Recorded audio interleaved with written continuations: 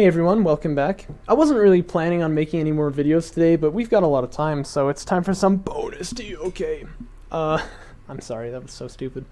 We got YoloSwaggins here as the Coalition versus Sparrow as the Galazine. Obviously, this is from Kharak Cup 8, Round 2. I don't know why I always announce that it's in the video description, and like, yeah, it's pretty chronologically obvious, but still, you know. YoloSwaggins, of course, playing as the Coalition. He's not like a Garmulator clone. That's kind of the first thing that came to mind. He likes to play the style of Garmulator. He has his own kind of twists on it. He always, like, literally always does base runner turret plays. It's kind of funny. And he's also much more likely, I think, to go for AAVs in general. But he is up against Sparrow, one of the best. And we know it's going to be a double production cruiser rush, don't we? I don't think there's really any question in my mind about that. So we'll have to see how this pairs up. He likes to go for early LAV aggression, and that can be good.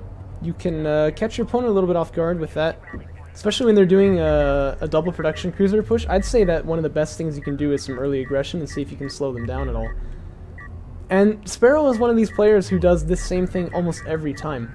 I think the only time I've seen him do something different was that video I made where I was like, Sparrow is back and whatever, where he played against Discara. He was a Coalition for some reason. And then this one time during the best of 7 series with A-Game where he like did a 1 production cruiser push. That's the only 2 times I've ever seen him do anything else. So what that means is that he is well versed, he's well equipped, he knows what tools he's got, he knows how to use them. He can really, you know, hurt you in a very effective way, so you've got to be ready for him. Has Yolo got what it takes to put the hurt out on him? We'll have to see. Very unfortunate that he lost his probe that early. He's going to have to send another one at some CU cost right there.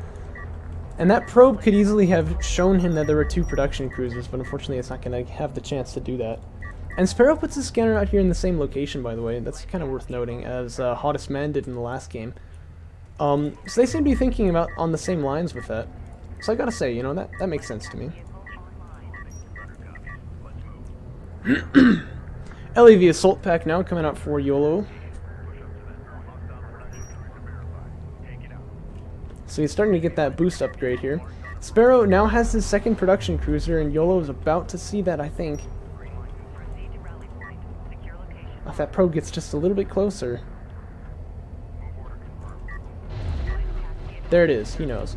So now that Yolo knows that there's a 2nd production cruiser out there on the field, he's got to know what's going on. He's got to know this is a double production cruiser push here.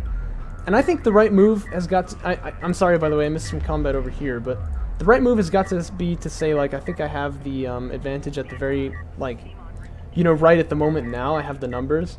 So I'll try to hold him back in his base and allow myself to get some tech to deal with this.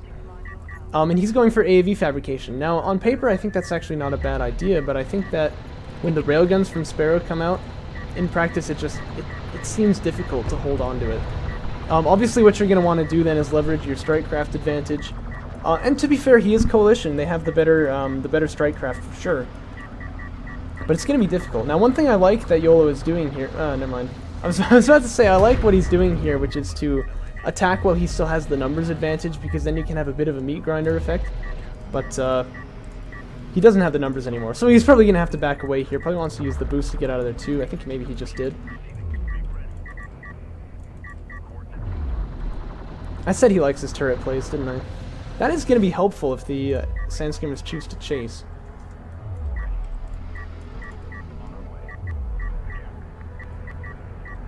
And it's going to be Sandskimmer armor from Sparrow.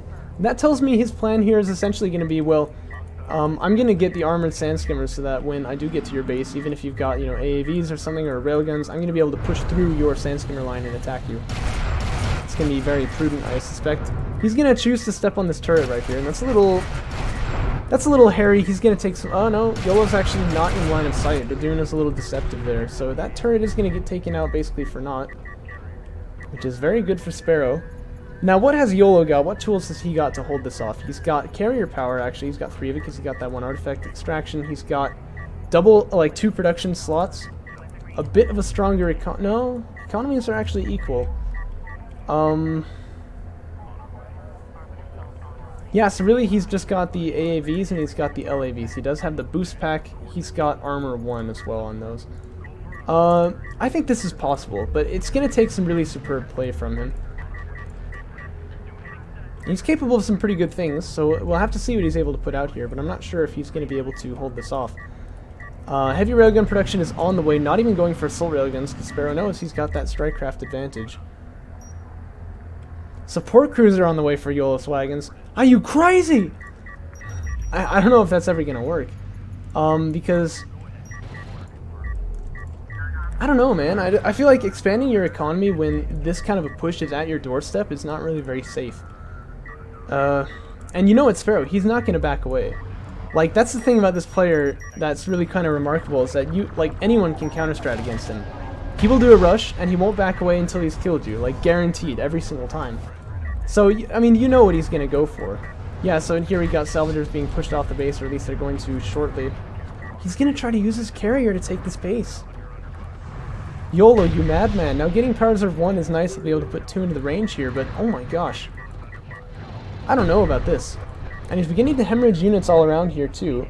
We saw an AV just kind of get picked off there. We saw LAVs getting picked off, too. Now it's double railgun production, which is nice, but it's going to be hard to keep those guys alive, especially as the railgun numbers are already in Sparrow's favor.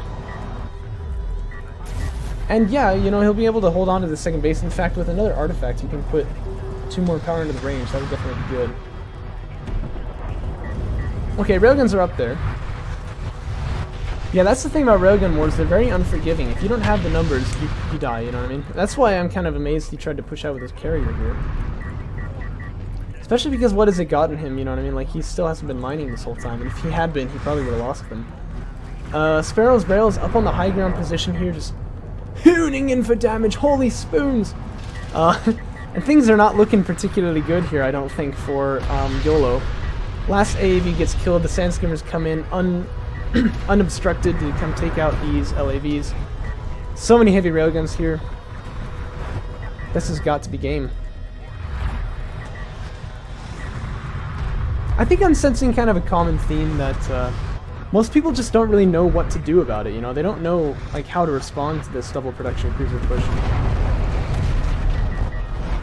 It'll be exciting when we get to see him play with like the Sparrow or me or something like that.